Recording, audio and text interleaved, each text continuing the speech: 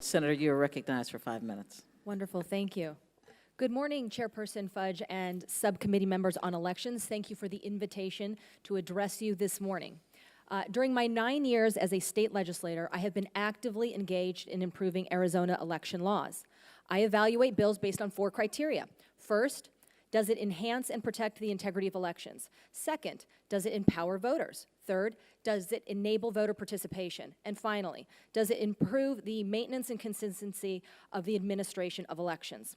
To be clear, I do not believe election policy should be a partisan issue, and I have a strong history of fighting for these principles that often cut across partisan lines. For example, in 2012, I championed legislation that required all candidates to run in the fall of the even year, when turnout is strong, an obvious win-win for everyone. After the presidential preference election debacle in 2016, brought up several times this morning, when there was mass voter confusion and unacceptable wait times to vote, I convened a special meeting of my elections committee to question then Secretary of State and then Maricopa County Recorder, both fellow Republicans, to understand what happened and who was responsible.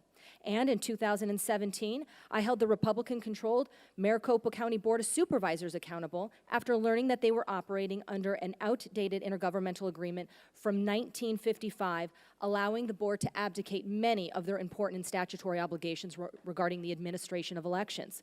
These are just some of the many examples that demonstrate I have a strong and unwavering, nonpartisan advocate of fair and impartial electoral process. Arizona is and has been on the forefront of efforts to increase voter turnout and participation, all the while protecting the process from fraud. Sadly, as the saying goes, no good deed goes unpunished, resulting in some of those efforts to increase voter participation, specifically the enactment of mail-in voting, to be abused by ballot harvesting. My bill successfully banning the practice of ballot harvesting, which allows third parties to collect or harvest mail-in ballots of individual voters, is a major step forward in maintaining the ability of Arizonans to participate in the electoral process via the mail without fear of it being manipulated. Many political operatives and activists criticize this common sense prohibition, claiming it unduly burdens voters by making it more difficult to return their mail-in ballot. This claim is simply not supported by the facts. Arizona's mail-in system is a voluntary one, whereby voters voluntarily elect to receive their ballot via mail, fill it out, and return it within the generous 27-day early voting period.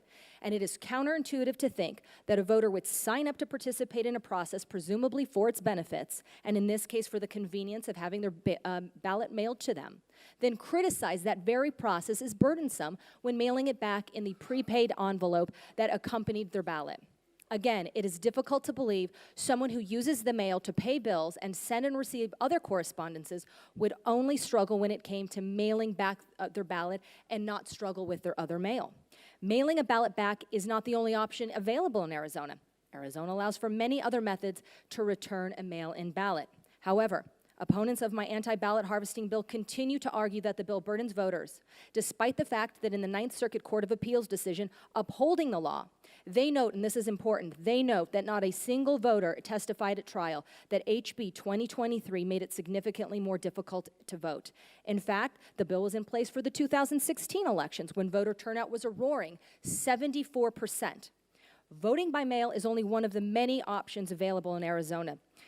It is easy and convenient to vote in the state of Arizona. If you are not voting, it is because you have chosen not to.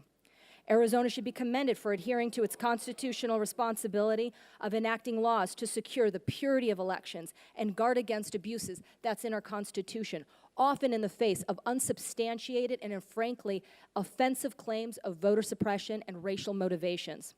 The proponents of ballot harvesting have failed. They have failed to provide any meaningful evidence, statistical data, or direct testimony during the legislative process as well as the bench trial that breaking the chain of command and entrusting a third party to collect a voter's mail-in ballot is in the public's best interest. We are unfortunately forced to conclude that only outside forces and special interest groups have a vested interest in protecting the practice known as ballot harvesting.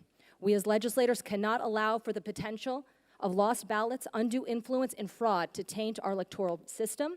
Voting is the most direct method to impact government, and the process should be protected to ensure voters have confidence in the system and its outcomes. And I ask you, what is the outcome of an election worth if nobody believes in it?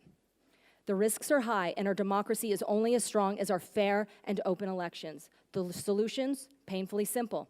Secure our elections, protect the process from cheating, and enforce our current laws. My bill banning the practice of ballot harvesting gets us one step closer to that ultimate goal. Thank you, committee members. Thank you.